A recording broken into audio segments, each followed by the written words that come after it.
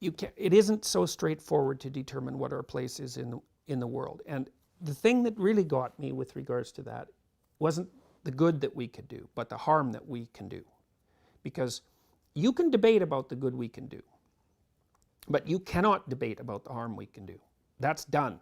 We know, if we want to know.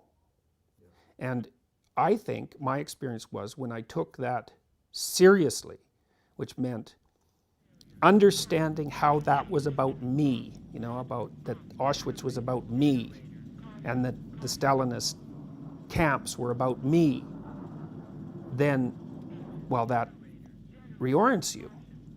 That's a deep part of the shadow idea, right?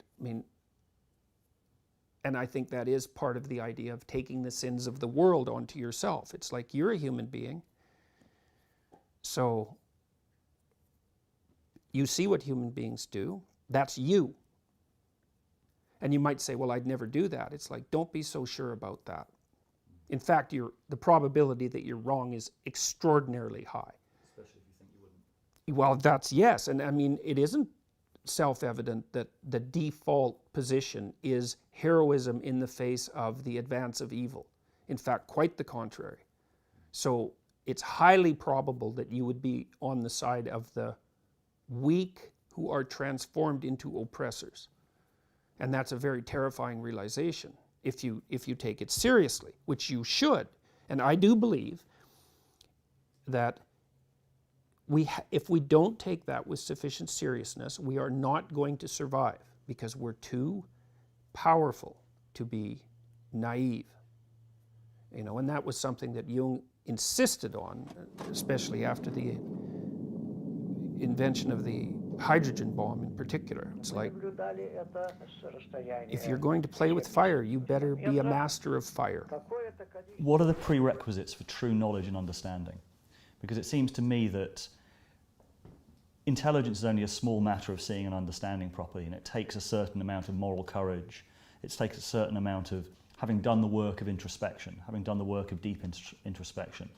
What do you think the components are for true knowledge and understanding? Well, I think the motivation, one of the best motivations, is existential terror. I don't remember where this is in the Old Testament, but the line is, the fear of God is the beginning of wisdom. And that's definitely psychologically true, but we could strip it, say, of its transcendent implications and say, well,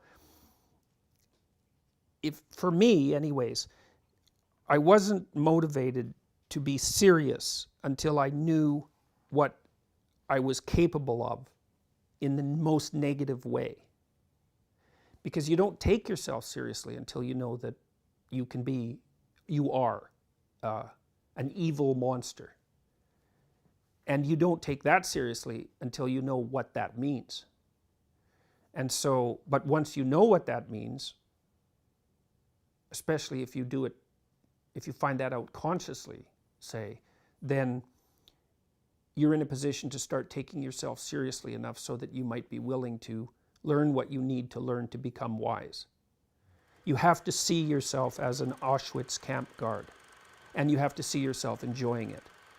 And that can't just be an exercise in intellectual simulation, precisely. It has to be a dramatic experience. You have to feel that in your bones.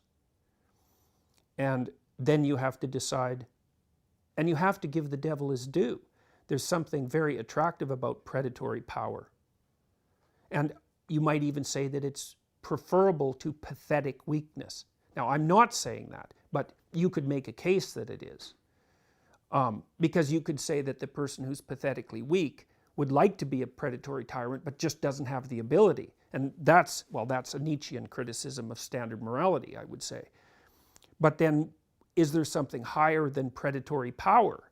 Well, yes. I mean, part of Christ's encounter with Satan in the desert is precisely that realization, because he's offered the kingdom of the world. And that means he's offered the option of tyrannical power. And his response to that is, there's something better. And that's wisdom. There is something better. And there's no reason not to go for what is the best. What else? You don't have anything better to do than that by definition, right?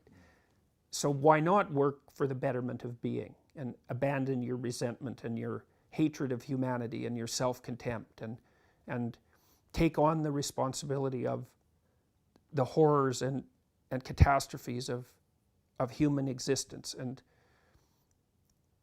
do what you can to, well, at least not make it worse, but maybe to make it better. You know you can. You know you can make it worse and better. You just don't know how much. Find out. It might be way more than you think. I'm sure that's the case. So there isn't any more interesting adventure than that.